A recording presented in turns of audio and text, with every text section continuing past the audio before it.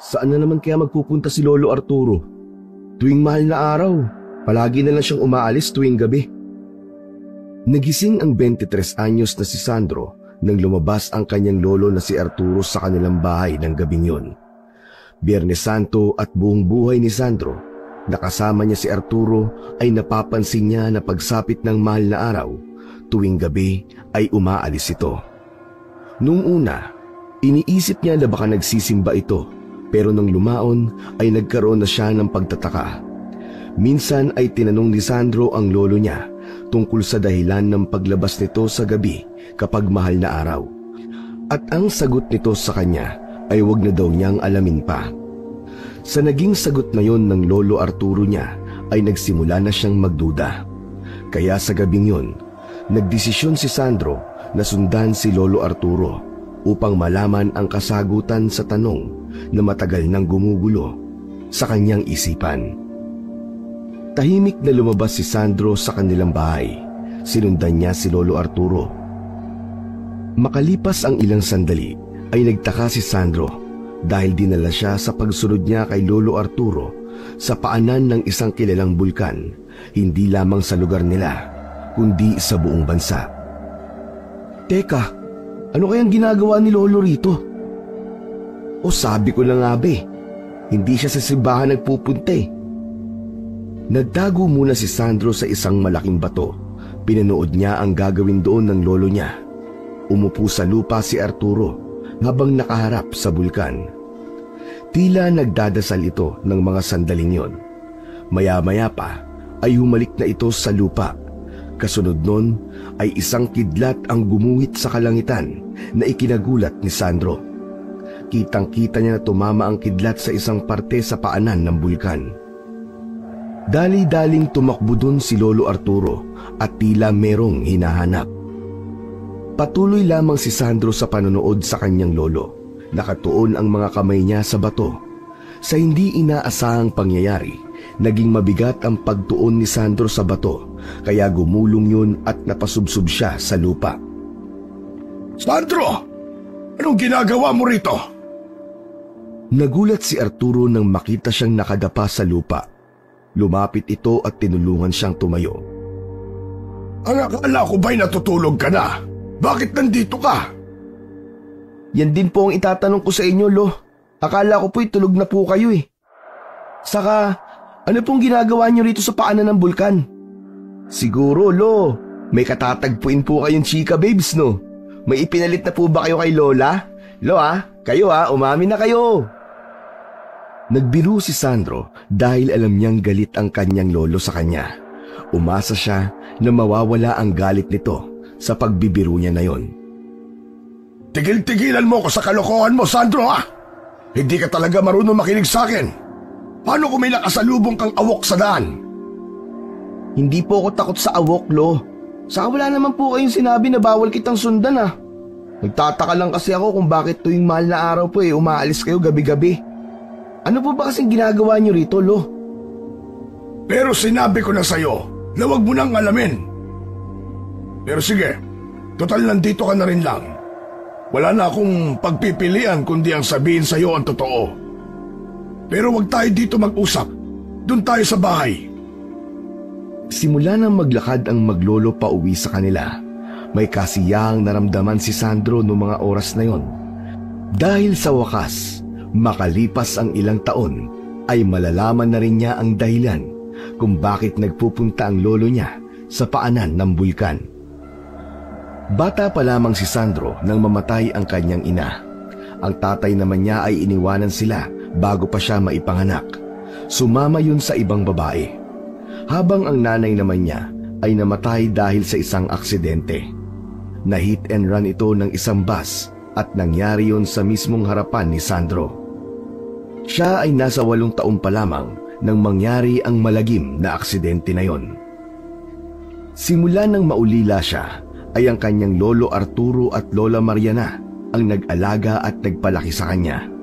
Ngunit noong 18 anyos na siya, ay namatay ang lola Mariana, o mas tamang sabihin na pinatay ito.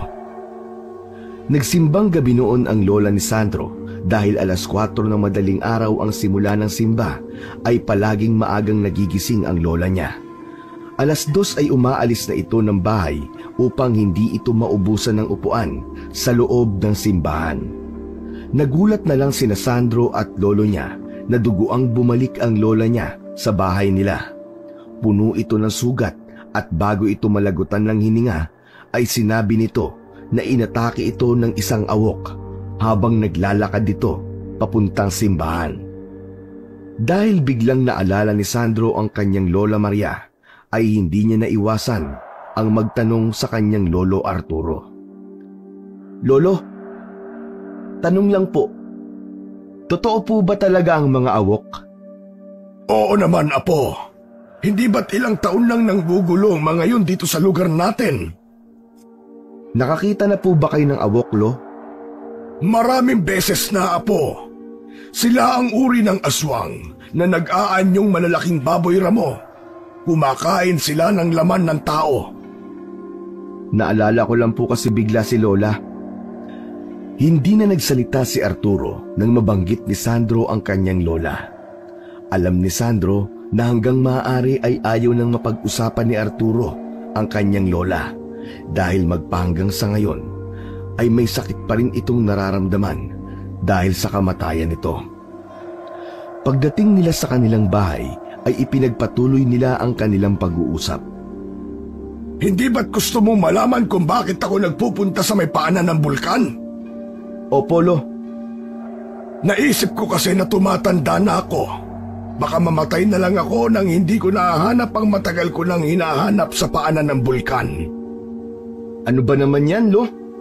Bakit kamatayan naman pong sinasabi niyo ngayon? Hindi pa po kayo mamamatay, matagal pa yun. Nagpapatao lang ako, Sandro, apo. Hindi ko may pagkakaila na matanda at mahina na ako. Ang gusto ko, kahit wala na ako, ay pagpatuloy mo pa rin ang ginagawa kong paghahanap ng anting-anting sa paanan ng bulkan. Anting-anting? Yun po ang hinahanap niyo sa bulkan? Ang akala ko po ay kayamanan o kaya ginto para yumaman na tayo. Anting-anting talaga, Lo. Ang anting-anting na sinasabi ko sa iyo ay magagamit natin sa mga awok. Magkakaroon ka ng proteksyon laban sa kanila. Magkakaroon ng kakaibang lakas ang kung sino mang magmamayari noon.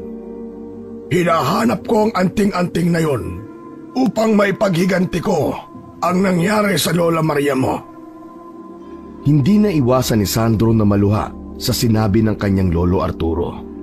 Naramdaman niya ang labis na kagustuhan nitong maipaghiganti ang kanyang lola. Ang buong akala niya kasi ay tinanggap na lamang ng lolo niya ang ginawa ng mga awok sa kanyang lola. Nagkakamali pala siya dahil ilang taon na itong naghahanap ng panlaban sa mga awok. Kahit si Sandro ay nais na maipaghiganti ang kamatayan ng kanyang lola, ngunit wala siyang kakayahan upang labanan ang mga awok. Isa lamang siyang hamak na binata.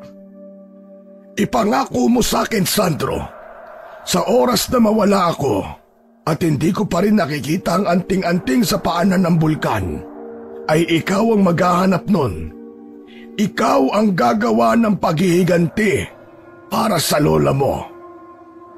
Lolo, ayoko po. Ikaw ang nagsimula niyan kaya ikaw din dapat ang tumapos. Mangako ka, apo. Hindi natin hawak ang mangyayari sa hinaharap. Kaya gusto kong mangako ka. Ano ba naman yan? Opo, sige na po. Nangangako po ko. Pero, Lo, huwag ka munang mamamatay ah. Sa mga sinasabi mo kasi, parang bukas babawian ka na ng buhay eh. Loko ka talagang bata ka. Wala akong sinabi na bukas ay mamamatay na ako. Ang ibig kong sabihin, gusto ko na merong magpapatuloy ng paghihiganti ko sa pagkamatay ng lola mo kapag ako'y nawala na. Mahigpit na niyakap ni Sandro si Lolo Arturo. Basta Lo, ayoko pang mamatay ka ha. Ay, talipandas ka talagang bata ka, Sandro. Mukhang mamamatay na ako ngayon dahil sa higpit ng pagkakayakap mo sa akin. Natatawang niluwagan ni Sandro ang yakap niya sa kanyang lolo. Ngunit totoo na ayaw pa niya itong mawala sa buhay niya. Hindi niya siguro kakayanin kung sakaling dumating ang panahon na yon. Marami pa siyang pangarap na nais niyang matupad at isa sa mga pangarap na yon ay ang mabigyan niya ng mas maginhawang buhay ang kanyang lolo Arturo. Nais niyang makabawi rito sa lahat ng sakripisyo at hirap na ginawa nito upang mapalaki siya ng maayos. Upang makatulong sa gastusin araw-araw ay nagtatrabaho si Sandro sa isang piggery sa kabilang bayan. Habang si Arturo naman ay pagbebenta ng mga tilapia ang kabuhayan. May sarili silang paisdaan sa lupa na pagmamay-ari ni Lolo Arturo. Hindi man yun malaki, ngunit sapat na yun upang makaraos sila sa pang-araw-araw nilang buhay. Kasama ni Sandro sa trabaho ang matalik niyang kaibigan na si Kokoy. Sa piggery na yon sila nagkakilala at naging magkaibigan. Sa iisang barangay din sila nakatira, kaya madalas ay sabay silang pumapasok sa trabaho. Ganon din kapag uuwi na sila. Sandro, alam mo ba na may nakita akong hiring sa kabilang bayan sa tindahan ng sapatos? Gusto mo, magpasa tayo ng biodata? Ayoko. Kung gusto mo, ikaw na lang. Mapapalayo pa ako sa bahay niyan eh. Ayaw mo ba na magtrabaho tayo sa mabangong lugar? Ang baho kasi dito eh. Ilang taon na tayo nagtatrabaho rito pero hindi ka pa rin sanay, pambihira ka naman oh. Sanay na pero mabaho pa rin kasi talaga eh. Saka wala ka bang balak na mag-level up man lang? Hanggang dito na lang ba tayo kasama ang mga mababahong baboy na yan? May pangarap ako sa buhay pero unti-unti lang. Kapag nakaipon na kami ni Lolo, mag-aaral ako sa kolehiyo. Gusto kong maging engineer eh. Yung magtatayo ako ng mga tulay at saka building. Eh di ba, mga construction worker ang gumagawa ng tulay at building? Hindi naman engineer eh. Ewan ko, hindi rin ako sigurado. Basta, gusto kong maging engineer. Bakit ka ba nakikialam ha? Saka, para kasing ang ganda pakinggan eh. O di ba? Engineer Sandro. O, di ba? Ang ganda sa pandinig. Profesional na profesional. Hanggang 6:00 ng gabi ang trabaho ni Sandro sa babuyan. Naglalakad lamang sila ni Kokoy pauwi. Kahit kalahating oras nila yung ginagawa. Parehas kasi silang nagtitipid. Malaking bagay din yung ibabayad nila sa tricycle para makauwi sila. Sa paglalakad nila ay may nakita silang peryahan. Sandro, laro muna tayo ng color game bago tayo umuwi. Ayoko. Gusto ko munang umuwi. Baka mapasarap tayo sa paglalaro tapos abutin tayo ng ilang oras eh. Mag-aalala si Lolo sa akin. Eh di, umuwi na tayo tapos kumain. Magkita tayo rito mamayang 8:00. Yan, mas okay yan kung ganun. Para makapagpaalam na rin ako kay Lolo Arturo. Saka baka gusto niyang sumama para malibang naman kahit papano. Nang makauwi na si Sandro, ay naabutan niya na nakahain na ang kanilang hapunan. Pritong tilapia na may sausawan na toyo at kalamansi at saka sili. Kahit halos araw-araw ay ganoon ang ulam nila, ay hindi nagrereklamo si Sandro. Dahil para sa kanya, kahit anong ihain ng lolo niya, basta ito ang nagluto, ay masarap ito. Nagdasal muna ang maglolo bago kumain. Magandang kumain si Sandro at habang kumakain sila, ay naalala niya ang usapin nila ni Kokoy. Lo, oo nga po pala. May peryaan na po pala doon sa may malapit sa arko. Malapit na kasi ang piyesta, kaya may peryahan na. Taon-taon naman yun eh. Lo, magpapaalam po sana ako sa inyo eh. Magpeperya kasi kami ni Kokoy mamaya. Sandali lang naman po kami ron. Walang problema. Basta huwag kayo magpapagabi na masyado. Saka dalin mo yung buntot ng pagi. Mainam na sigurado ka at baka may makasalubong kayong awok sa daan. Nakakahiya naman po na may dala pa akong buntot ng pagi habang nasa perya. Kasama ko naman po si Kokoy eh. Wala pong mangyayaring masama sa amin. Saka hindi po kami uuwi ng sobrang gabi na. Mamili ka. Pupunta ka sa perya na may buntot ng pagi o dito ka lang sa bahay? Oo nga po, sabi ko nga po, dadaling ko na ang buntot ng pagi. Pero Lo, gusto niyo po ba sumama sa amin?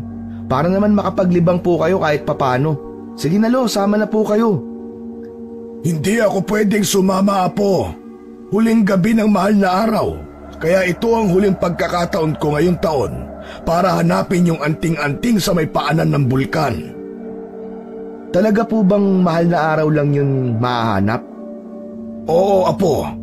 Isa pa, mas mabisa ang anting-anting kapag nakita mo ito kapag mahal na araw. Hayaan mo at sa mga susunod na araw ay ituturo ko sa iyo kung paano yun hahanapin at kung ano ang itsura ng anting-anting na hahanapin mo. Sige po, pero saka na po yan kasi may lakad pa po kami ni Kokoy.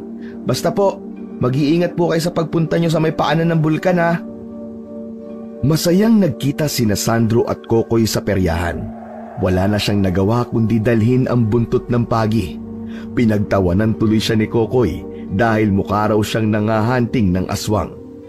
Naglaro sila ng color game at parehas silang nanalo. Matapos yun ay sinubukan naman nila ang ilang rides kagaya ng horror train. Pagkatapos ay bumili sila ng ice cream. Pambihira, hindi naman nakakatakot yung mga aswang sa horror train eh. Kinakalampag lang ng mga peking aswang yung train. Ano nakakatakot dun? Oo nga, sinabi mo pa. Maganda sana kung nang huhuli sila ng totoong aswang tapos nilalagay nila dun. O diba, totoong-totoo, talagang matatakot ka kapag ganun. Yung mga awok sana ang hinuli nila para wala nang nanggugulo dito sa bayan natin. Uy, buti nabanggit mo yung awok pare. Nabalitaan mo ba na umatake rin sila pati dun sa kabilang barangay? Muntik na raw mabiktima yung isang bata na nasa labas ng bahay. Kung hindi raw nakita ng kapitbahay yung malaking baboy ramo na nakasunod dun sa bata, malamang patay yung bata. Alam mo, grabe talaga yung mga awok na yan. Hindi ba sila rin ang pumatay kay Lola noon? Kung magkakaroon lang talaga ako ng pagkakataon, gusto ko'y ako mismo ang pumatay sa kanila. Parang may labang ka naman sa mga awok. May nagsabi na 3 tao raw yun. 2 lalaki at 1 babae. May nakakita yata sa kanila na naging awok. 3 lang naman pala eh. Madali lang silang talunin. Basta makuha lang ni Lolo yung... Hindi na tinuloy ni Sandro ang sasabihin. Naisip niya na walang ibang dapat na makaalam sa ginagawa ng kanyang Lolo Arturo. Makuha ng lolo mo yung ano? Wala. Tara, laro na lang tayo ng bingo. Kahit isang game lang tapos umuwi na tayo. Dahil sa wala sa dinadaanan ang atensyon ni Sandro ay may nabangga silang lalaki. Natumba si Sandro at agad siyang tinulungan makatayo ni Kokoy. Tumingin naman kayo sa dinadaanan nyo. Tapos di pa kayo marunong mag-sorry. Tiningnan lang sila ng lalaking nabangga ni Sandro. Meron itong kasamang isang babae at isa pang lalaki. Kakaiba ang dating ng 3. Sa tagal ni Sandro sa lugar na yon, ay noon lamang niya nakita ang 3 yon. Hindi alam ni Sandro, ngunit may kilabot siyang naramdaman habang nakatingin siya sa 3. Walang ekspresyon ang mga muka ng mga yon. Kahit si Kokoy ay tila natatakot sa 3, kaya ito pa ang humingi ng tawad. Hinila na siya ni Kokoy palayo sa mga yon. Pambihira pre, nabahagang buntot mo no? Kasi naman, nakakatakot tumingin yung 3 eh. Parang mangangain ng buhay. Tiningnan ni Sandro yung 3 pero nawala na yon. Lumingali-nga pa siya, kaya lang ay hindi na talaga niya nakita ang 3. Tila napakabilis na nawala ang mga yon kahit hindi ganun karami ang tao sa peryahan ng gabing yon. Matapos maglaro ng isang game sa bingo ay umuwi na sina Sandro at Kokoy. Wala si Arturo nang nakabalik si Sandro sa bahay nila. Kaya naman nanood muna si Sandro sa black and white nilang telebisyon. Makalipas ang mahigit 1 oras ay dumating na si Lolo Arturo. Pawisan ito at bagsak ang balikat. Olo, kumusta po? Nakita niyo na po ba ang hinahanap niyo? Umiling lamang si Lolo Arturo nung sandaling yon. Hindi pa rin. Sa susunod na taon ulit ako magkakaroon ng pagkakataon na hanapin ang anting-anting na panlaban sa mga awok. 1 taon na naman ang hihintayin ko. Lo, wag po kayong mawalan ng pag-asa. Sigurado po ako na sa susunod na taon ay mahahanap nyo na rin po ang hinahanap nyo. Ewan ko, pero parang nawawalan na ako ng pag-asa, apo ko. Siguro, hindi ako ang taong karapat-dapat na makakuha nun. Umaasa ko na ikaw yon, Sandro. Kaya sa mga susunod na araw ay ituturo ko na sa'yo kung paano mo yon makukuha. Sandali lang, Lo. Paano niyo po nalaman ng lahat ng yan? Hindi ko nabanggit sa'yo na ang lolo ko ay isang mahusay na antingero noong panahon niya. Kapag naghahanap siya ng anting-anting tuwing mahal na araw, ay isinasama niya ako. Sa kanya ko to natutunan. Hindi ko nga lang itinuloy dahil ayoko ng magulong buhay. Kung hindi pinatay ng mga awok ang lola mo, hindi ko to gagawin. Kinabukasan, isang masamang balita ang mabilis na kumalat sa lugar ni Sandro. Sumalakay ang 3 awok sa peryahan nung nakaraang gabi.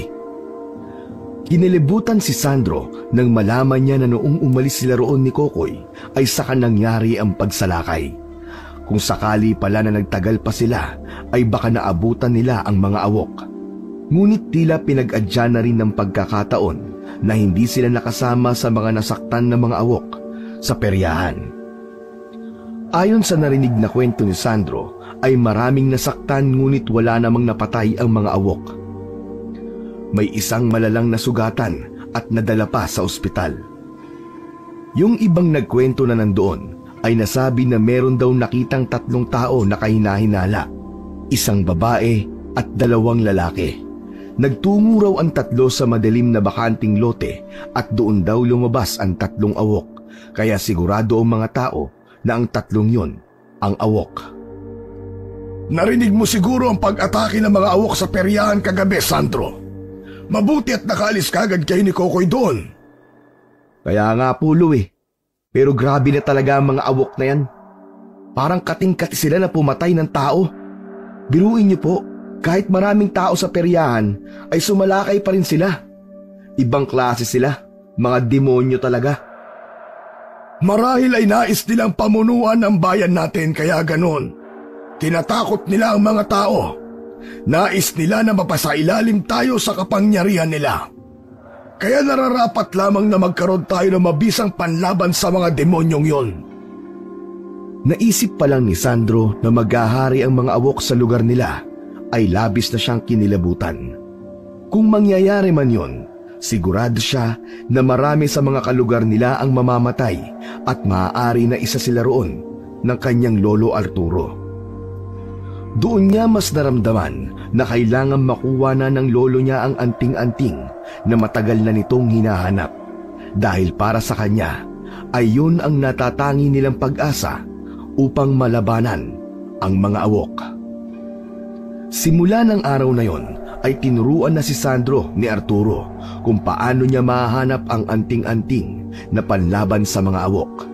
Kailangan ay mag-alay muna siya ng dasal sa bulkan, dahil kung karapat-dapat ang taong magdadasal doon para sa anting-anting ay ibibigay raw yun ng bulkan. Kasunod ng pagdadasal, bibigyan daw siya ng pagkakataon ng bulkan na hanapin ang anting-anting. Isang kidlat ang tatama sa paanan ng bulkan at kailangan mahanap kung saan parte ng bulkan tumama ang dulo ng kidlat. Kung si Sandro daw ang karapat-dapat na magmay-ari nun, ay makikita nito ang anting-anting.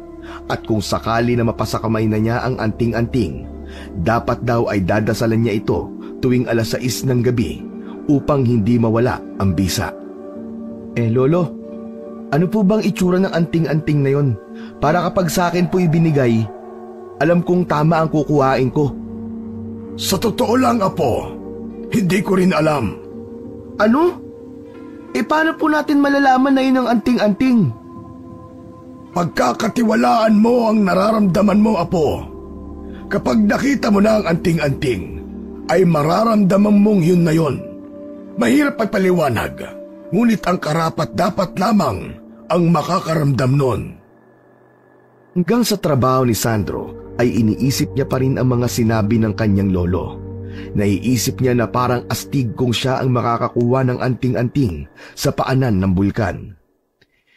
Hindi lang niya maipaghihiganti ang kamatayan ng lola niya, kundi maililigtas din niya ang lugar nila laban sa mga awok. Sa lugar nilang yon ay simpleng mamamayan lamang si Sandro. Halos hindi nga siya kilala ng mga kalugar niya. Kung may magagawa siyang isang bagay na hindi makakalimutan ng mga tao, ang gusto niya ay ang pagliligtas niya sa mga yon laban sa mga awok.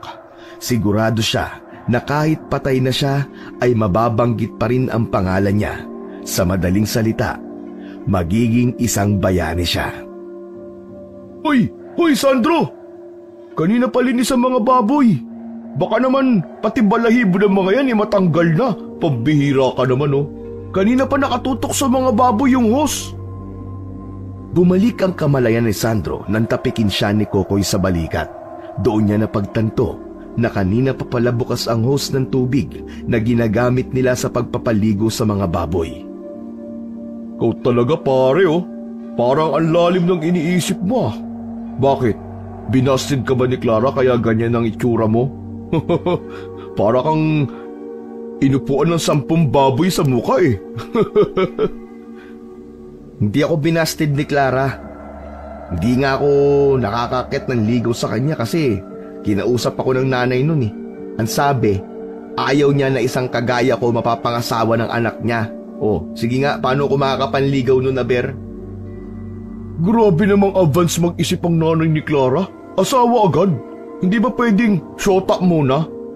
Pero feeling ko pare, may gusto rin si Clara sa'yo eh. Baka napipigilan lang ng nanay niya. Siguro. Pero ayokong umasa pare. Teka, balik tayo sa usapan. Bakit ba kanina ka pa nakatulala? Ano bang problema mo?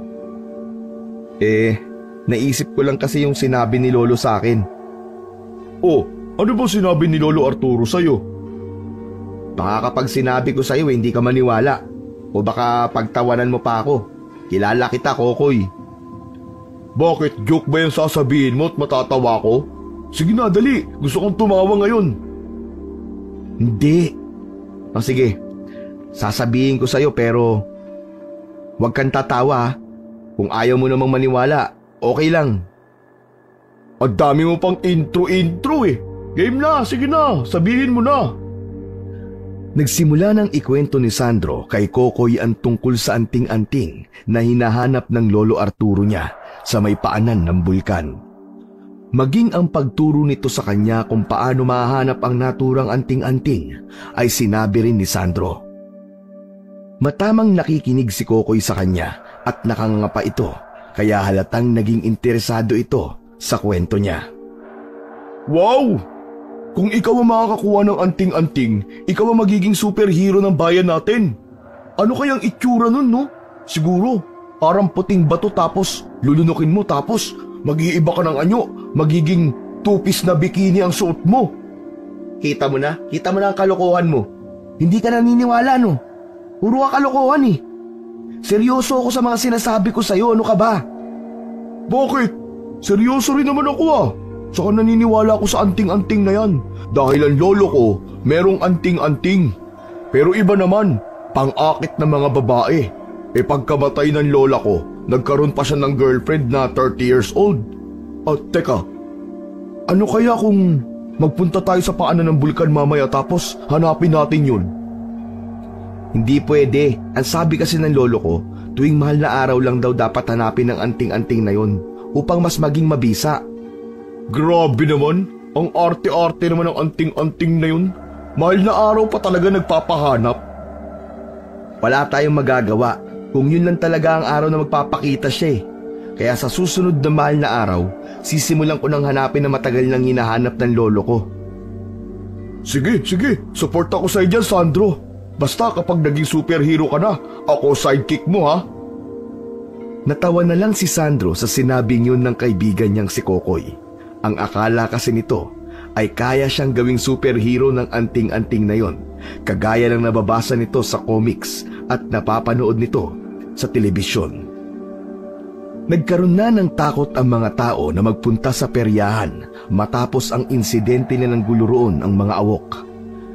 Upang kahit paano ay mabigyan ng proteksyon ang mga taong nagpupunta pa rin sa peryahan, ay naglagay na roon ng mga tanod at ilang pulis. Hindi na naulit pa ang pangyayaring yon hanggang sa sumapit na ang kapistahan ng lugar ni Sandro. Naganda sila ng lolo niya ng kaunti upang ipagdiwang ang piyesta. Nagkaroon ng parada at mga palaro. Pagsapit ng gabi ay sumama sina Sandro at Arturo sa prosesyon dahil taon-taon nila yon ginagawa. Para bang naging panata na yon ng maglolo. Matapos ang misa ay saka nagsimula ang prosesyon. Nagkaroon ng konting pag-ambon, ngunit tuloy pa rin ang mga tao sa paglalakad. Lolo, umuwi na po kaya tayo. Baka magkasakit po kayo eh. Ayos lang ako, Apo. Huwag mo kong isipin. Maliligo na lang ako pag uwi sa bahay. Ang importante, matapos natin itong prosesyon. Sayang yung libreng juice at tinapay na ipinamimigay ni Mayor sa mga dumalo sa prosesyon eh. Diyos ko naman. Para lang pala sa juice at tinapay, Lo eh. Mas mahal pa ang magagastos natin kapag nagkasakit kayo. Ano ba tingin mo sa akin? Sanggol na madaling dapuan ng sakit? Parang sanggol ka naman kasi, Lolo eh. Ang nipis na po ng buhok nyo tapos kakakunti na po ang ngipin nyo. Parang puro patubo pa lang lahat eh. Loko ka talaga, bata ka! Halos sumakit ang tiyan ni Sandro sa naging reaksyon ng lolo niya sa biro niya. Pero alam niya na alam naman ng lolo niya na ganun lang siya maglambing dito. Hindi nito sineseryoso ang mga ganoong biro niya. Makalipas ang ilang minuto ay napansin ni Sandro na bahagya ng lumakas ang ambon. Mas lalo siyang nabahala para kay Lolo Arturo, pero hindi na siya nagsalita sapagkat hindi niya ito mapipilit na umuwi na hanggang hindi pa tapos ang prosesyon. Ngunit lahat sila ay natigilan nang makarinig sila ng sigawan sa unahan ng prosesyon. Nagtakbuhan ng mga tao sa kung saan-saan na akala mo ay may isang malaking kaguluhan ang biglang nangyari. Hinawakan ni Arturo sa braso si Sandro nang akmang pupuntahan niya ang mga taong nagsisigawan. Anong gagawin mo, Apo? Titignan ko lang po kung bakit nagsisigawan sila, Lo. Hindi! Uuwi na tayo! Akala ko po ba hindi tayo uuwi hanggang hindi tapos ang prosesyon? Sa tingin mo, matatapos pa ang prosesyon sa kaguluhan na yan? Tara na! Umuwi na tayo! Hindi pa man sila nakakaalis sa kanilang kinatatayuan, ay nakita na nila ang isang napakalaking baboy ramo na umaatake sa mga tao. May mga sumisigaw na isa yung awok, may isang babae na nadapa at nilapa ng awok. Kusa namang gumalaw ang katawan ni Sandro. Tumakbo siya papunta sa babae at hindi na siya napigilan pa ni Lolo Arturo. Naisip ni Sandro na kung maililigtas niya ang babae ay baka maturingan siyang isang bayani kahit wala pa sa kanya ang anting-anting. Sandro! Bumalik ka rito, Apo! Hindi niya pinakinggan ang kanyang Lolo Arturo.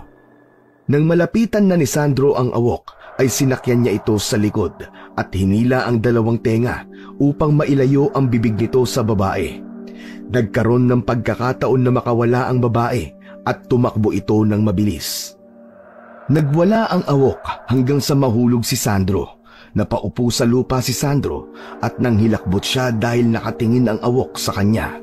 Pula ang mga mata nito at naglalaway pa. Malakas na napasigaw si Sandro nang sumugod ang awok sa kanya. Pero bago pa siya nito masunggaban ay humarang na agad si Arturo sa kanya.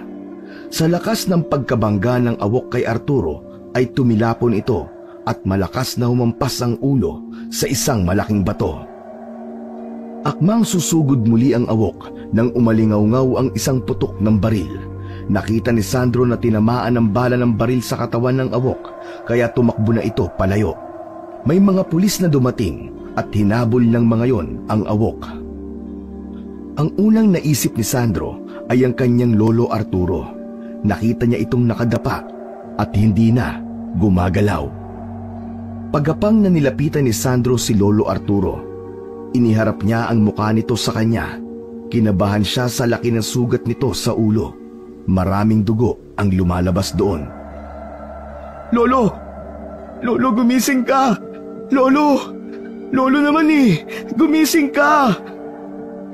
Paulit-ulit na tinapik ni Sandro sa pisngi si Lolo Arturo, ngunit hindi na ito nagigising. Tulungan niyo kami! Tulungan niyo kami! Ang Lolo Arturo ko! Tulungan niyo kami! Parang awa niyo na! Parang niyo ng awa! Tulungan niyo kami! Mabilis na nakakuha ng atensyon ang pagsigaw ni Sandro. Pinagtulungang buhatin ng ilang kalalakihan si Lolo Arturo hanggang sa maisakay ito sa isang tricycle. Sumakay na rin si Sandro sa tricycle na magdadala sa lolo niya sa ospital. Walang tigil ang pagpatak ng luha niya sa buong biyahe. Panay ang dasal niya sa Diyos na sana ay makaligtas ang lolo niya. Hindi pa siya handang mawala ang lolo niya na hindi pa niya natutupad ang pangarap niya para rito. Sa hindi inaasahang pangyayari, idiniklarang dead on arrival si Arturo pagdating nito sa ospital. Hindi na napigilan ni Sandro ang maglupasay dahil sa napakasakit na pangyayaring yon. Hindi niya matanggap na sa isang iglap ay nawala ang mahal niyang lolo. Mas matatanggap pa sana niya kung nagkaroon ito ng sakit, pero iba ang nangyari. Nang dahil na naman sa awok, ay nawala na naman siya ng isang mahal niya sa buhay. Una ang lolo niya, tapos sumunod ang kanyang lolo. Mabuti na lang at dumating si Kokoy upang pakalmahin siya. Ano bang nangyari? Ang narinig ko, umatake ang isang awok sa prosesyon kanina. Kasalanan ko to. Kasalanan ko to, Kokoy. Kung hindi ko sana sinugod yung awok, ay hindi rin haharang si lolo sa akin. Di ko maintindihan. Ikwento mo ng maayos. Sa pagitan ng pagsigok at pagsinghot ay ikinuwento ni Sandro kay Kokoy ang nangyari at kung bakit namatay ang kanyang lolo Arturo. Para sa akin, wala kang kasalanan kung bakit namatay ang lolo mo, pare. Ginawa mo lang kung ano ang nararapat. Anong ibig mong sabihin? Ang awok ngayon na may kasalanan ng lahat? Ganun na nga. Kung hindi nang gulo yung awok na yun sa prosesyon, hindi mamamatay si Lolo Arturo mo. Kaya wag mo sisihin ang sarili mo. Hindi mo ginustong nangyari. Sandaling natigilan si Sandro. Doon niya napagtanto na tama ang kanyang kaibigan. Walang ibang dapat sisihin sa nangyari kundi ang awok. Hindi niya ililigtas yung babae at hindi siya ililigtas ng lolo niya kung walang awok na nag-amok. Unti-unting bumangon ang puot sa puso ni Sandro ng sandaling yon. Naiisip niya na nasa harapan niya ang awok at paulit-ulit niya itong sinasaksak ng isang matalim na kutsilyo. Mariin niyang naikuyong ang mga kamay niya. Ipaghihiganti ko ang pagkamatay ng lolo Arturo ko. Ganon din ang kay Lola. Paano mo gagawin yun? Kahit ang mga pulis parang hindi kaya ang mga awok na yun eh. Masyado silang malalakas. Sa susunod na mahal na araw, sisiguraduhin kong makukuha ko ang anting-anting na matagal nang hinahanap ng lolo ko. At kapag nakuha ko na yun, uubusin ko talaga ang mga awok dito sa atin, Kokoy. Isinusumpa ko yan sa bangkay ng aking lolo. Matapos mailibing ni Lolo Arturo ay mas lalong naramdaman ni Sandro ang kalungkutan ng mag-isa. Napakatahimik ng bahay. Hindi niya na naririnig ang boses ng kanyang lolo. Wala na siyang kabiruan. Wala na siyang kasabay kumain. Wala nang gigising sa kanya ng alas 5 ng umaga sa tuwing may trabaho siya. Inilagay ni Sandro ang larawan ni Arturo na nakalagay sa picture frame sa tabi ng litrato ng kanyang nanay at lola. Naroon yun sa maliit nilang altar. Huwag kayong mag-alala, lolo at lola. Ako ang gaganti sa mga awok na pumatay sa inyong dalawa. Hindi ako titigil hanggang sa makuha ko ang anting-anting sa paanan ng bulkan at papatayin ko ang mga awok ngayon. Pinili ni Sandro na magpakatatag dahil kailangan niyang magpatuloy sa buhay. Itinuon niya ang atensyon niya sa pagtatrabaho sa piggery.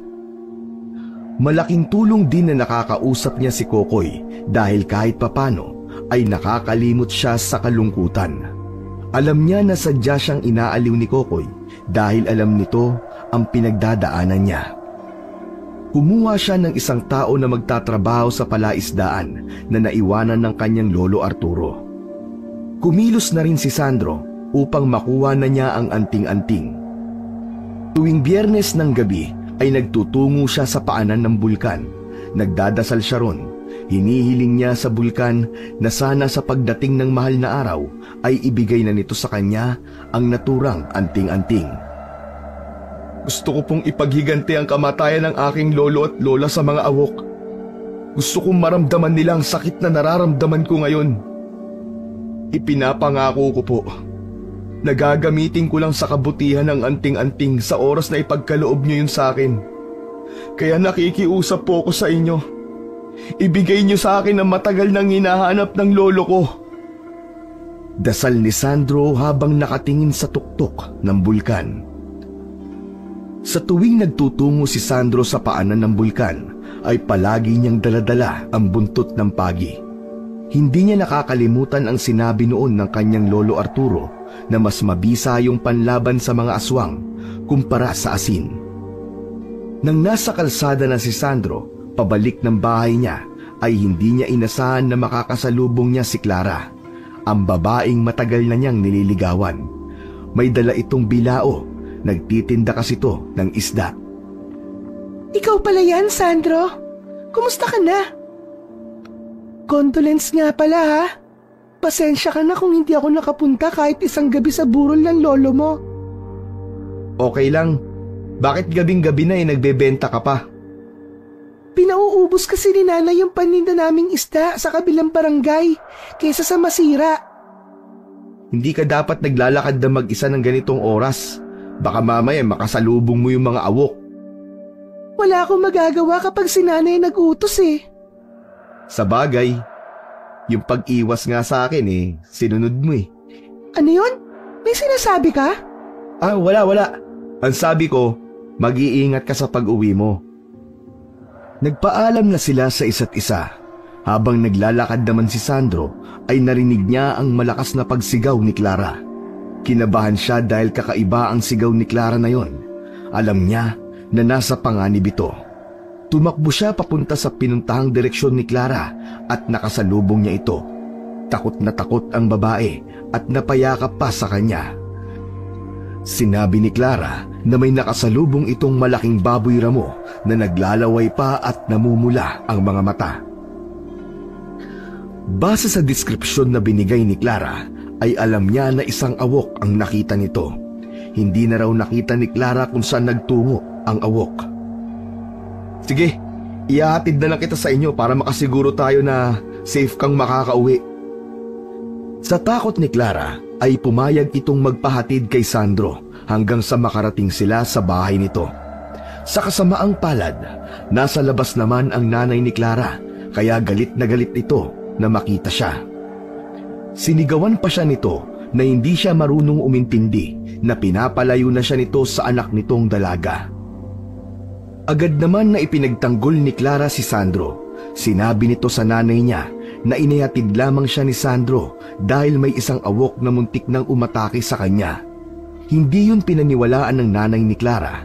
Nagmamagandang loob na nga lang si Sandro ay nakatanggap pa siya ng murang mas malutong pa sa crispy pata. Napapailing na lang na lumisan si Sandro at naglakad pabalik ng bahay nila. Nang nasa parte na siya ng daan na halos wala ng kabahayan at may matataas na puno sa magkabilang gilid ng daan, ay natigilan siya. Dahil may naramdaman siyang parang may sumusunod sa kanya. Hindi siya lumingon, bagkus ay dahan-dahan siyang naglakad hanggang sa halos tumakbo na siya. Muling napahinto si Sandro ng isang hindi kilalang babae ang bigla na lamang sumulpot sa kanyang unahan. Ilang metro ang layo nito sa kanya. Nagulantang siya dahil sa isang kisap mata ay naging awok ang babae. Nang lumingon siya sa kanyang likuran ay meron ding awok doon. Sige, subukan niyong lumapit. Mata niyo lang ang walang latay. Pinaikot-ikot ni Sandro ang buntot ng pagi sa hangin sa pag-asang masisindak niya ang dalawang awok. Nagsimula na rin siyang sumigaw ng tulong, ngunit tila walang epekto ang mga ginagawa niya upang maitaboy ang mga awok. Palapit ng palapit ang mga ito sa kanya. Nilakasan na lang ni Sandro ang kanyang loob. Sinugod niya ang awok na nasa kanyang unahan at bago pa ito makalapit sa kanya ay hinampas niya na ito ng 2 beses gamit ang buntot ng pagi. Kitang-kita niya kung paano nasugatan nun ang balat ng awok. Dumaing ito pero hindi yung tunog ng isang baboy. Parang halimaw ang pagdaing ng awok. Ngunit bigla siyang sinunggaban ng awok na nasa likuran niya. Kinagat siya nito sa balikat. Napasigaw naman sa labis na sakit si Sandro. Sinamantala naman ni Sandro ang panghihina ng isang awok at mabilis siyang tumakbo. Nakakita siya ng pag-asa nang may nakasalubong siyang sasakyan ng mga pulis. Agad niya yung pinara at nang huminto yun ay sinabi niya na may 2 awok sa pinanggalingan niya. Pinasakay siya ng mga pulis at hinanap ng mga ito ang awok pero hindi nagtagumpay ang mga pulis. Dinala na rin siya ng mga pulis sa ospital upang magamot ang sugat niya sa balikat. Inihatid na rin siya ng mga pulis sa bahay niya upang masiguro na ligtas siyang makakauwi. Hindi agad nakatulog si Sandro ng gabing yon. Nagsaboy siya ng asin sa paligid ng bahay niya dahil naniniwala siya na mabibigyan siya nun ng proteksyon kung sakali na sinundan siya doon ng 2 awok. Umupo siya sa harapan ng altar at kinausap ang litrato ng lolo niya na para bang buhay pa yon. Grabe po yung nangyari kanina, Lo. 2 awok po ang sumugod sa akin. Nakagat po ako ng isa sa balikat, pero okay naman po. Nalinisan naman po kagad ng nurse sa ospital yung sugat ko. Saka may benda na rin po. Pero yung isang babaeng awok, 2 beses ko pong hinampas ng buntot ng pagi, Lolo. Sigurado po ako na galit yun sa akin kasi nasugatan ko siya. Ang tapang ko na po, di ba? Sayang nga lang at wala ka na rito, Lolo. Sigurado po ako na proud ka sa akin. Pero wag ka po mag-alala kasi kukunin ko po yung anting-anting sa paanan ng bulkan. Sa inyo ni Lola ko yun iaalay. Matapos magsalita ay naluha si Sandro. Alam niya na kahit gaano kahaba ang sabihin niya ay hindi na siya makakakuha ng sagot mula sa kanyang lolo. Iniisip na lang niya na naririnig siya nito at nakikita nito ang lahat ng nangyayari sa kanya. Kahit makirot pa ang sugat sa balikat ay pumasok pa rin sa pigiri si Sandro ng sumunod na araw. Napansin naman ni Kokoy ang benda sa balikat niya kaya nagtanong ito kung napaano siya. Inatake ako ng mga awok kagabi. Buti na lang may mga pulis na dumating. Hala, buti nakaligtas ka pare. Ay, oo nga pala. Speaking of awok, alam mo ba na nahuli na kagabi yung 2 sa 3 awok? Nandun sila sa presinto, nakakulong. Siguro, yung mga pulis na tumulong sa'yo nakahuli sa kanila. Sigurado ka ba ng mga awok ang nahuli nila? Yun ang narinig ko sa chismisan kanina sa labas ng bahay namin. Kokoy, samahan mo ako mamaya sa presinto. Gusto kong makita yung sinasabi nilang 2 awok. Sige, sasamahan kita. Pero sigurado ka ba na kaya mo nang harapin ang pumatay sa lolo at lola mo? Kung alam mo lang kung gaano kahanda na makaharap sila. Gusto kong makasiguro kung sila nga ba ang mga awok na umatake sa akin kagabi. Matapos ang trabaho ni Sandro at Kokoy ay dumiretso na sila agad sa presinto. Nakiusap sila sa mga pulis na naroon na ipakita sa kanila ang mga awok na nahuli. Sinabi ni Sandro na siya yung inatake ng 2 awok nung nakaraang gabi. Ipinakita pa niya ang sugat niya sa balikat kaya naalala siya ng isa sa mga pulis. Pinayagan sila na makita ang mga awok pero sinamahan sila ng isang pulis. Nang dalhin sina Sandro sa selda ng 2 awok ay hindi niya naiwasan ang pagkulo ng dugo. Isang babae at isang lalaki ang nasa loob ng kulungan. Malalim ang tingin ng 2 ngunit hindi makatingin ang mga yon ng diretsyo. Sigurado siya na yun ang babaeng nakita niya na nag-anyong awok sa mismong harapan niya. Natatandaan niyo ba ako? Ako yung inatake nyo kagabi. Ano? Masakit ba yung hampas ko ng buntot ng pagi? Alam nyo rin bang kayo ang pumatay sa lolo at lola ko? Hindi nagsalita ang dalawang awok. Kapwa ngumisi ang mga yon na para bang nakakaloko. Ano bang balak nyo dito sa lugar namin, ha? Nasaan na ang isa nyong kasama? Sumagot kayo! Wala pa ring sagot na natanggap si Sandro mula sa dalawang nakakulong na awok na natiling nakangisi ang mga yon. Nainis na si Sandro kaya hinampas niya ng malakas ang rehas na bakal. Paulit-ulit niyang minura ang dalawa habang umiiyak. Tumawa lang ang dalawa kaya mas lalong nagwala si Sandro. Sandro! Sandro, tama na! Tama na, Sandro! Kalma lang! Ang mahalaga ngayon ay nakakulong na sila. Hindi na sila makakapinsala pa ng mga tao. Hindi na sila makakapanggulo sa lugar natin. Maging ang mga pulis na kasama nila ay inawat na rin si Sandro at inilayo siya sa kulungan na yon. Lumabas na ng presinto sina Sandro at Kokoy. Mga hayop sila. Gusto ko silang saktan. Gusto ko silang saktan, Kokoy. Gusto ko silang patayin. Kumalma ka lang. Baka mamaya ay may magawa kang maging dahilan para makasama mo sila sa kulungan. Maganda nga yun eh. Maganda nga na makasama ko sila sa kulungan. Para doon ko sila papatayin. Didikdikin ko talaga sila ng pinong-pino. Kalma ka lang. Kalma lang. Pero buti at nahuli na yung dalawang yun. Matatahimik na siguro ang lugar natin ngayon. Hindi pa. Dahil may isa pang malaya. Sigurado ako nagagawa ang isang yun ng paraan para mapatakas ang dalawa niyang kasamaan. Hindi yun magtatagumpay kasi maraming pulis dito, maniwala ka sa akin. Kahit paano ay may kasiyahan na naramdaman si Sandro ng sandaling yun. Pakiramdam niya ay unti-unti nang nangyayari ang gusto niyang mangyari dahil dalawa na sa mga awok ang nakakulong. Ngunit hindi pa rin niya kayang matahimik hanggang sa hindi pa nahuhuli ang isang awok.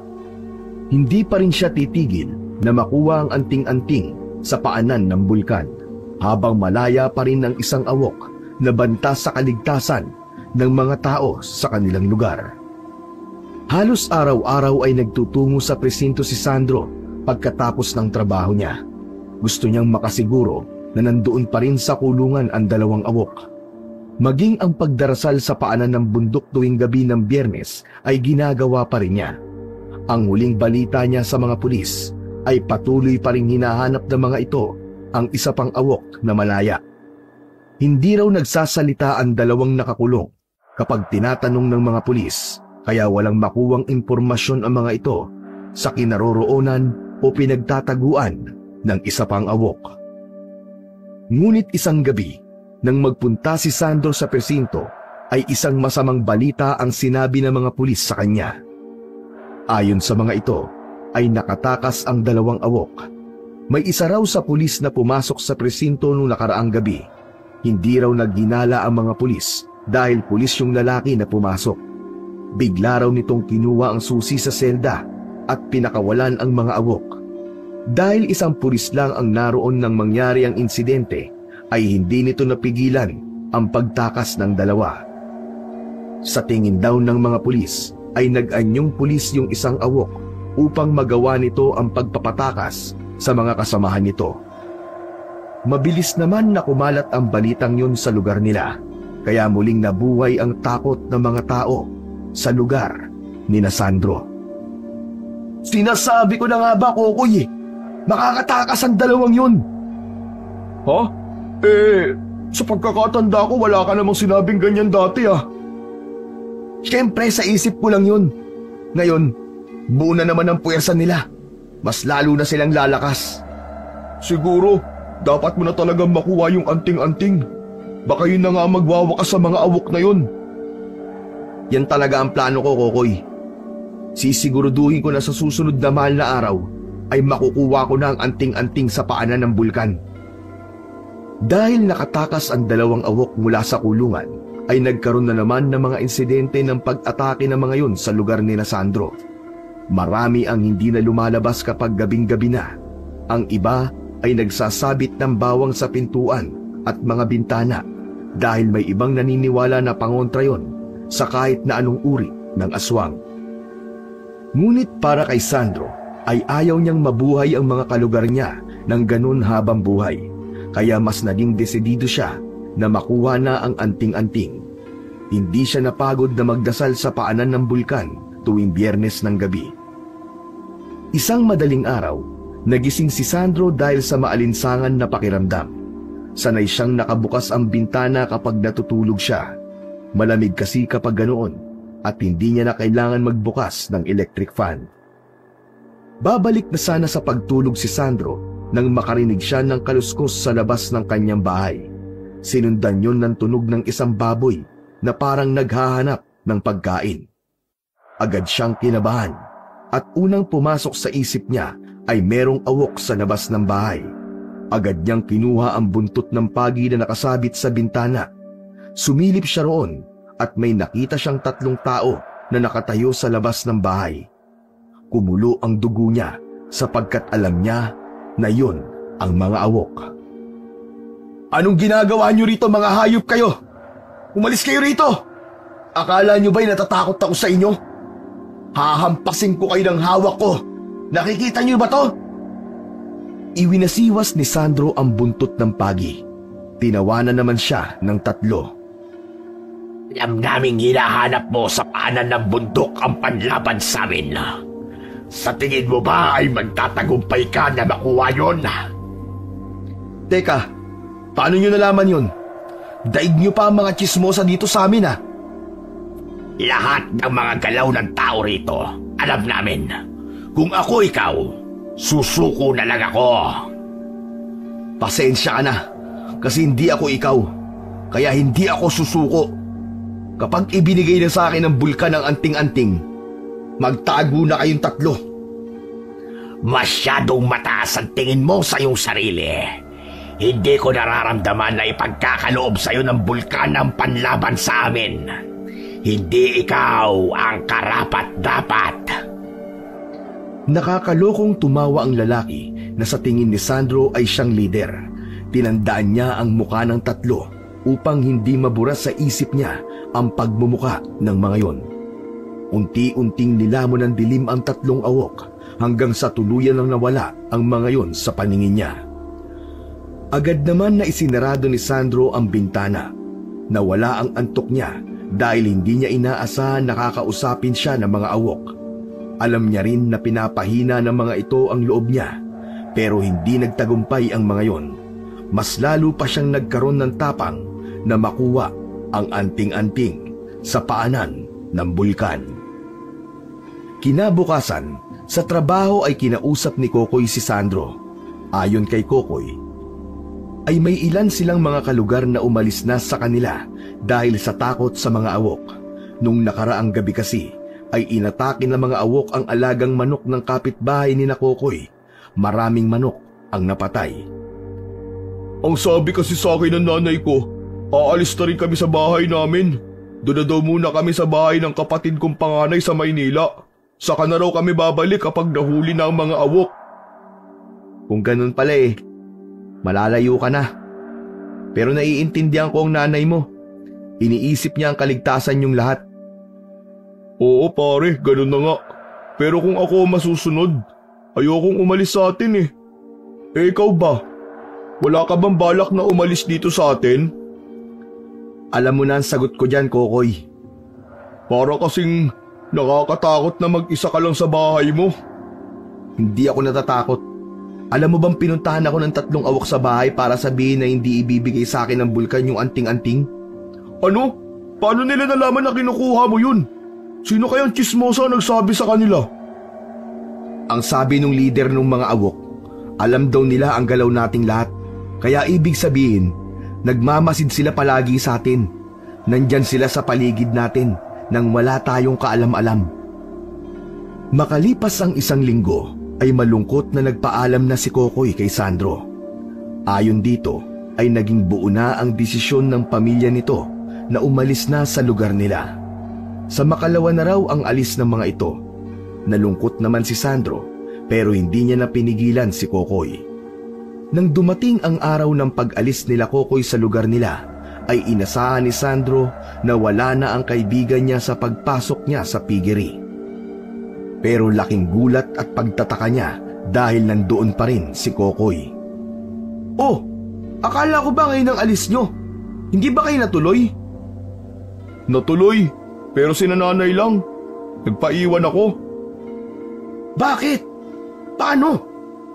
Ang sabi ko, dito lang ako kasi meron akong trabaho. Pumayag naman sila kasi sinabi ko na doon muna ako titira sa bahay mo habang wala sila sa bahay. Para may kasama ako, di ba? Mas okay yun. Natawa na lang at napapailing si Sandro sa sinabi ng kanyang kaibigan. "Hanep ka. Talagang nagdesisyon ka na hindi ako tinatanong kung papayag ba ako na doon ka tumira sa bahay, no?" Alam ko naman kasi napapayag ka eh. Saka wala ka ng choice. Mamaya, tulungan mo ako maghakot ng gamit ko. Sige, walang problema. Maganda nga't may makakasama na ulit ako sa bahay. Para na kasi akong baliw minsan na kinakausap ang mga litrato ni na lolo at lola eh. Saka gusto ko, nandito ako kapag nakuha mo na yung anting-anting. Gusto kong makita kung paano mo talunin yung mga awok na yun. Labis ang kasiyahan ni Sandro ng mga sandaling yon dahil hindi na sila magkakalayo pa ng kanyang kaibigan. Para sa kanya, ay mas maganda na magkasama sila sa iisang bahay upang maprotektahan nila ang isa't isa mula sa mga awok. Hindi kasi nila alam kung sino at kailan ang magiging susunod na biktima ng mga yon. Kagaya na napag-usapan ni Sandro, matapos ang trabaho nila ay dumiretso sila sa bahay ni Kokoy. Kinuha nila ang mga gamit ni Kokoy at dinala yon sa bahay ni Sandro. Isa lang ang kwarto sa bahay ni Sandro kaya magkasama sila sa iisang silid. Hindi nahirapan si Sandro na makasama si Kokoy sa iisang bahay dahil sa matagal na silang magkaibigan. Nagtulungan sila sa mga gawaing bahay. Maganda rin na marunong sa pagluluto si Kokoy kaya hindi na palaging bumibili ng lutong ulam si Sandro. Mabilis na lumipas ang mga buwan at hindi na malaya ni Sandro na ilang araw na lamang ay sasapit na ang umpisa ng mahal na araw. Si Kokoy pa ang nagpaalala nun sa kanya.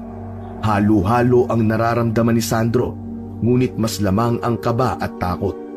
Hindi niya pa nakakalimutan ang sinabi ng isa sa mga awok na hindi siya karapat-dapat para sa anting-anting na ibibigay ng bulkan. Isang gabi, habang naghahapunan sina Sandro at Kokoy, ay nabanggit ni Sandro ang tungkol sa takot na nararamdaman niya. "Kokoy, paano kaya kung tama ang sinabi ng awok sa akin na hindi ako karapat-dapat tumanggap ng anting-anting mula sa bulkan?" "Oh, akala ko ba hindi ka naniniwala sa sinabi nun?" "Di ko rin alam eh. Bigla kasi akong kinabahan. Baka kasi matulad daw kay Lolo Arturo na namatay na lang na hindi pa nakikita ang anting-anting na yun." "Alam mo, Sandro, magkaiba kayo ng lolo mo. Hindi niya ipagkakatiwala ang bagay na yan nang wala lang. Malaki ang tiwala ng lolo mo sa'yo. Kung kailan malapit na ang mahal na araw, saka ka pa nag-iisip ng ganyan. Saka, sino bang paniniwalaan mo? Ang lolo mo o yung awok?" Natahimik si Sandro. May hiya siyang naramdaman dahil sa mga sinabi ni Kokoy. Sa sinabi niya kasi ay parang nawalan siya ng tiwala kay Lolo Arturo. Kahit pala madalas ay palabiro si Kokoy, ay meron din itong nasasabing maganda at tama. Napagtanto niya na hindi siya dapat panghinaan ng loob. Hindi yun ang oras para sa ganoong bagay. Mas dapat siyang maging matatag at matapang. Baka kapag naramdaman ng bulkan na may duda siya sa sarili niya, ay baka hindi nito ibigay ang kanyang hinahanap. Mas lalong pinalakas ni Kokoy ang loob ni Sandro. Sa unang gabi ng mahal na araw, ay sinamahan niya ito sa may paanan ng bulkan. Nakabantay ito at baka biglang dumating ang mga awok. Hindi yun imposible, lalo na't alam ng mga yon na sinusubukang hanapin ni Sandro ang anting-anting na panlaban sa kanila. Si Kokoy ang may hawak ng buntot ng pagi habang nagdadasal naman si Sandro. Sa unang gabi, walang pagkidlat na nangyari matapos ang pagdarasal ni Sandro, kaya bigo silang umuwi. Huwag ka nang malungkot, Sandro. Bukas ng gabi, susubukan mo ulit. Pangalawang gabi na, pero kagaya ng naunang gabi ay ganun ulit ang nangyari. Maging sa pangatlong gabi ay ganun din. Ang totoo ay pinanghihinaan na ng loob si Sandro. Pakiramdam niya ay tama ang mga awok sa sinabi ng mga yon na hindi siya ang karapat-dapat. Ngunit isang gabi, napanaginipan ni Sandro ang lolo Arturo niya. Naroon daw sila sa may paanan ng bulkan. Tumakbo si Sandro palapit sa lolo niya at mahigpit niya yung niyakap. Nagulat siya nang bigla siya nitong binatukan. Sinabi ng lolo niya sa panaginip niya na hindi siya dapat panghinaan ng loob. Kailangan ay isipin niya kung bakit niya nais na makuha ang anting-anting. Mararamdaman daw ng bulkan ang layunin niya at kung siya nga ang karapat-dapat ay ibibigay nito ang hinihiling niya. Nang magising si Sandro mula sa panaginip na yon, ay punong-puno ng tapang at lakas ang puso niya. Sa totoo lang, mas namayani na sa utak niya ang sinabi ng mga awok sa kanya. Pero nang magpakita ang lolo niya sa panaginip, ay tila nabura ang mga sinabi ng awok at napalitan yon ng mga salita ng kanyang lolo. Tama si lolo. Dapat kong isipin ang layunin ko. Masyado ako nagpaapekto sa sinabi ng awok. Sorry po, lolo. Hayaan niyo po at babawi po ako sa inyo. Sisiguraduhin kong makukuha ko na ang anting-anting. Biyernes Santo na ng araw na yon. Matapos ang trabaho sa pigiri, ay dumaan muna sina Sandro at Kokoy sa simbahan. Taimtim na nagdasal si Sandro sa kaligtasan ng mga kalugar niya mula sa mga awok. Matapos yon, ay umuwi na silang dalawa. Nagluto ng hapunan nila si Kokoy. Maya-maya pa ay naghanda na sila para sa pagpunta sa paanan ng bulkan. Iba ang pakiramdam ko ngayong gabi. Sana makuha mo na yung anting-anting, Sandro. Magdilang anghel ka sana, Kokoy. Alam mo bang napanaginipan ko si lolo nung isang beses? Pinagalitan niya ako kasi masyado raw ako nagpapadala sa mga sinabi ng awok na hindi ko makukuha ang anting-anting, na hindi ako ang karapat-dapat. Kita mo na? Pati si Lolo Arturo nagagalit na sa'yo. Basta, magtiwala ka lang sa sarili mo. Saka yung sinabi ko sa'yo dati kapag nakuha mo ng anting-anting at naging superhero ka na, ako ang magiging sidekick mo Maganda nga yan. May costume tayo para hindi tayo makilala ng mga tao Loko ka talaga. Pero sa totoo lang, hindi lang para kina lolo at lola kaya gusto kong makuha yung panlaban sa mga awok. Gusto ko ring makalaya na sa takot ang mga kalugar natin. Sana nga pare, magtagumpay ka. Miss na miss ko na kasi sina nanay Kapag nawala na ang mga awok dito sa atin, saka lang kasi sila uuwi. Huwag ka mag-alala, Kokoy. Malapit mo na silang makasama ulit. Yan! Yan ang gusto kong marinig. Tiwala lang sa sarili, Sandro. Tiwala lang. Kagaya ni Kokoy, ay parang may kakaiba ring nararamdaman si Sandro ng gabing yon. Pagdating sa paanan ng bulkan, ay nagsimula ng magdasal si Sandro. Hiniling niya sa bulkan na ibigay na nito ang gusto niya. Nakabantay naman si Kokoy habang hawak ang buntot ng pagi. Hindi pa man tapos magdasal si Sandro ay may kidlat na gumuwit sa kalangitan. May liwanag na naaninag si Sandro habang nakapikit, kaya agad niyang ibinukas ang kanyang mga mata. Sandro! Sandro, kumidlat! Nakita mo ba? Nakita mo ba yun? Hindi. Nakapikit ako kasi nagdadasal ako. Nakita mo ba kung saan tumama yung kidlat? Oo, halika, dali! Sumunod ka sa akin, bilisan mo! Nauna si Kokoy sa paglalakad ng mabilis. Nakasunod lamang si Sandro sa kaibigan niya.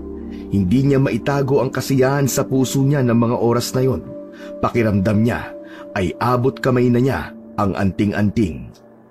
Itinuro ni Kokoy kay Sandro kung saan tumama ang kidlat. Malapit yon sa paanan ng bulkan. Sigurado si Sandro na tama ang lugar na itinuro ni Kokoy dahil may isang puno roon na nabiyak dahil sa tinamaan ng kidlat.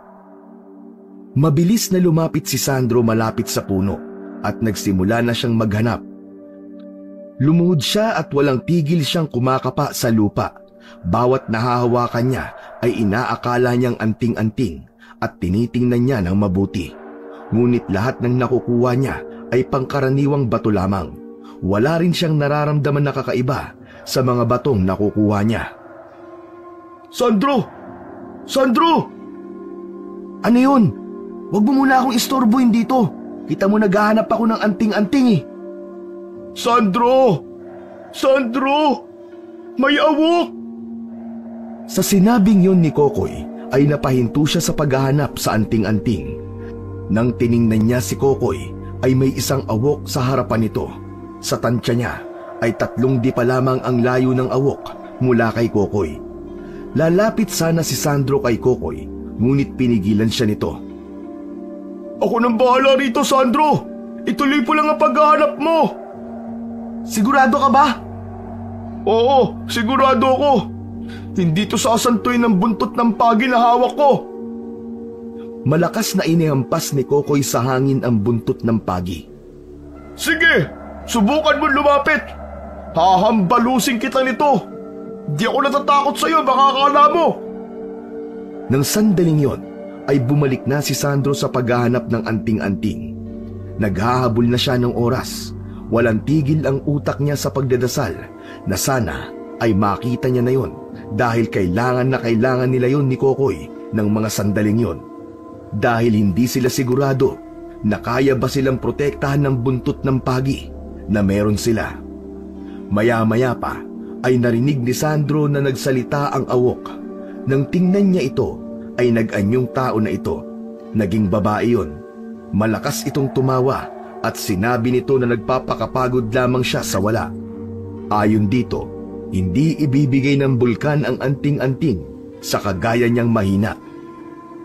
Muling nag-anyong awok ang babae. Mas lalong kinabahan si Sandro nang tila aatakihin na ng awok si Kokoy. Parang awa niyo na po. Ibigay niyo na po sa akin. Para niyo ng awa.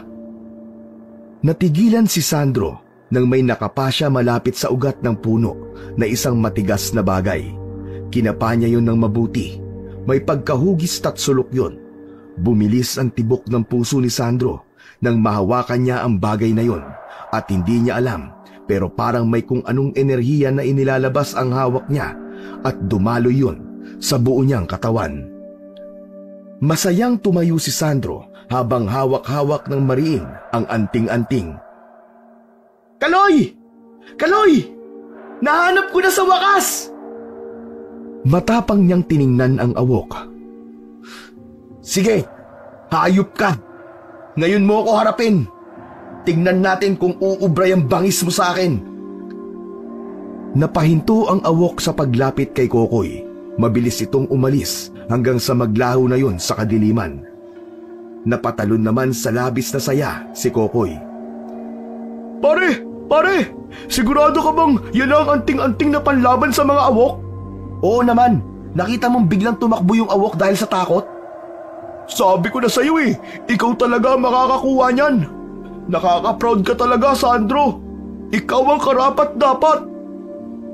Naluwa si Sandro dahil naalala niya ang ilang taon din na ginugol ni Lolo Arturo para hanapin ang bagay na yon. Kaya pala hindi nito yung nakikita ay dahil si Sandro ang nakatakdang magmay-ari nun. Humarap si Sandro sa bulkan at nagpasalamat. Marami pong salamat. Ipinapangako ko po sa inyo na hindi kayo mabibigo na sa akin yung ipinagkatiwala ang anting-anting na to. Sisiguraduhin ko pong matatapos na ang kasamaan ng mga awok sa lugar namin. Lolo Arturo, para po sa inyo to. Maraming salamat po sa tiwala niyo sa akin.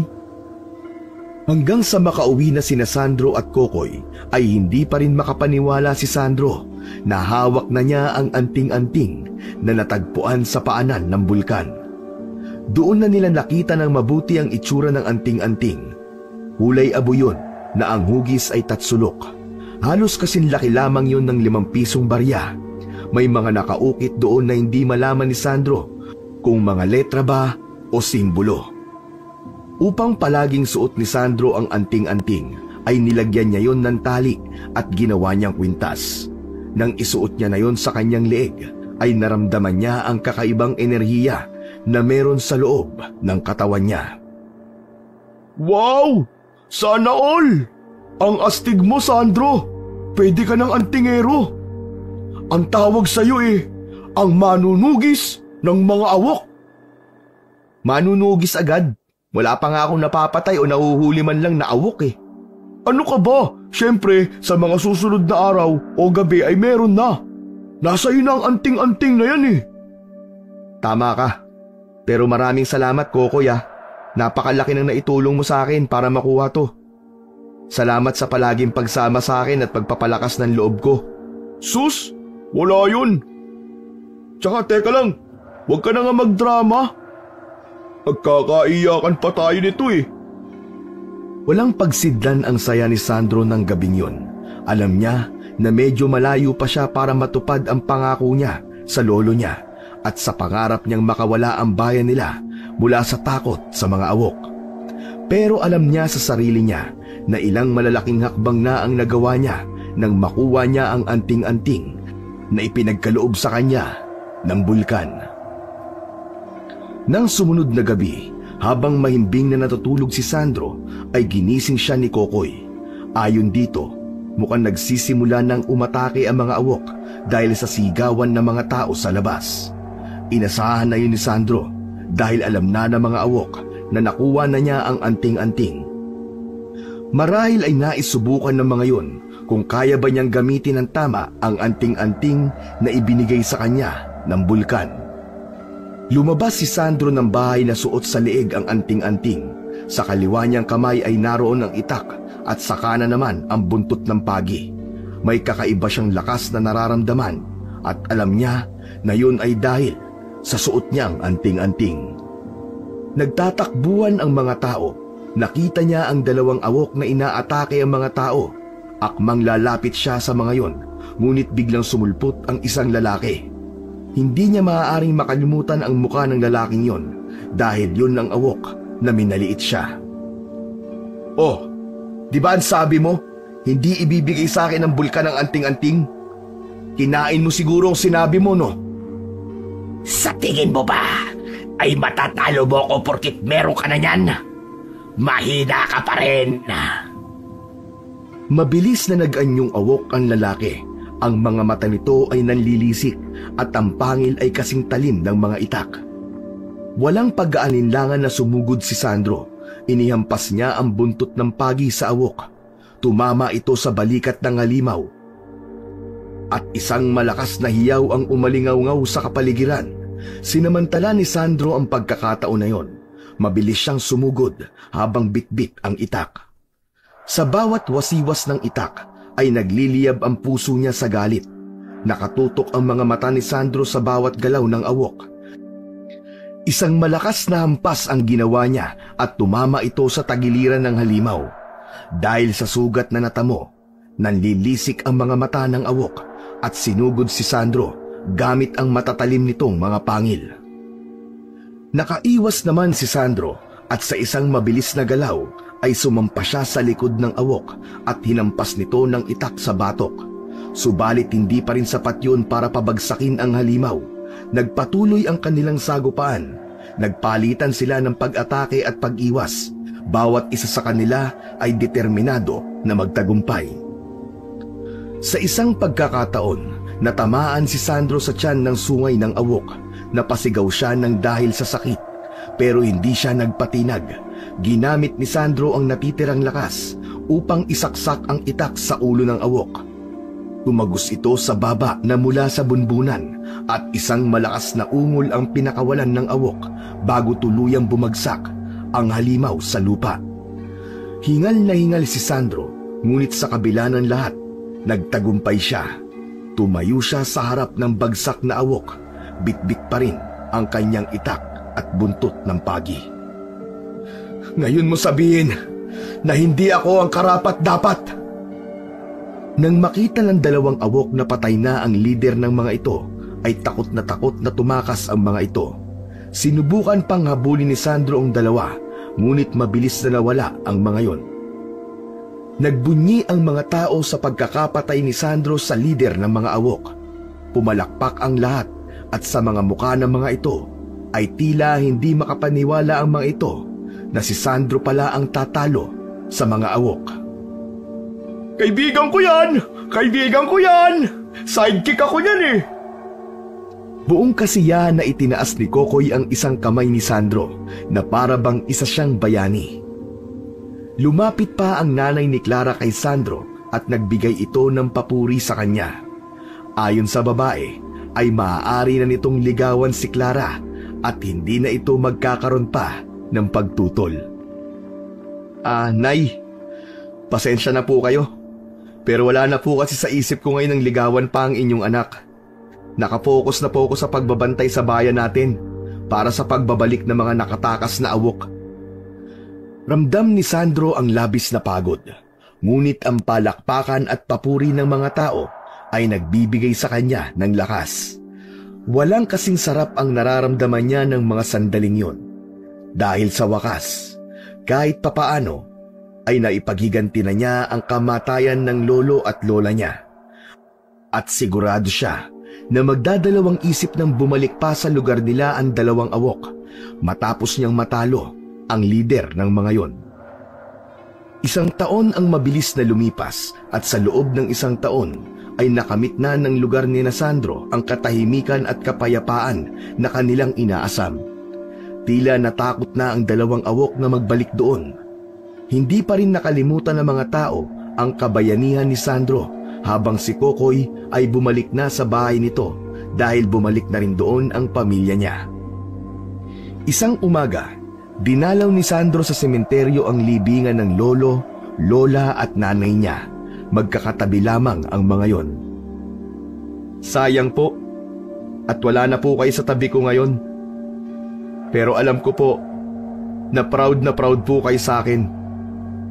Ipinapangako ko po, nagagampanan ko ang tungkulin ko sa bayan natin gamit ang anting-anting na ibinigay sa akin ng bulkan. Hindi ko po kayo bibiguin. Pagtalikod ni Sandro ay may nakita siyang matandang lalaki na papalapit sa kanya. Ikaw ba si Sandro? Ang lalaking tumalo sa lider ng mga awok? Ako nga po, Lolo. Ano pong kailangan nyo? Isa kong antingero.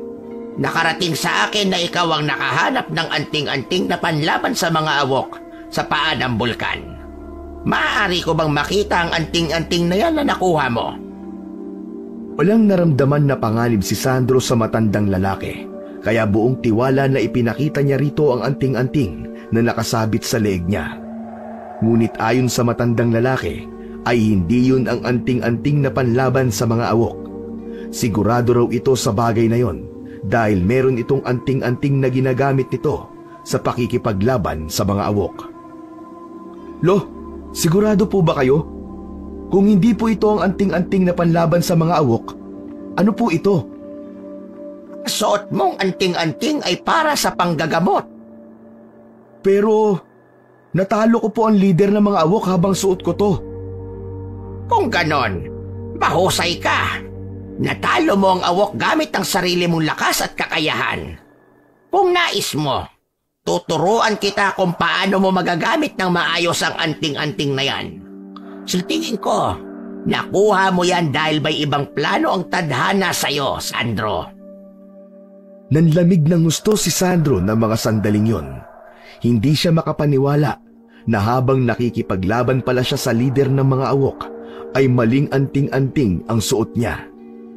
Ganun pa man, mas lalo siyang humanga sa sarili niya dahil nagawa niya yon gamit ang sarili niyang kakayahan at kalakasan. Hinawakan ni Sandro ang anting-anting na suot niya. Sa tingin niya ay tama ang matandang lalaki. Marahil ay may ibang plano ang bulkan sa kanya, kaya ganoong uri ng anting-anting ang ibinigay nito sa kanya. Saan na naman kaya magpupunta si Lolo Arturo?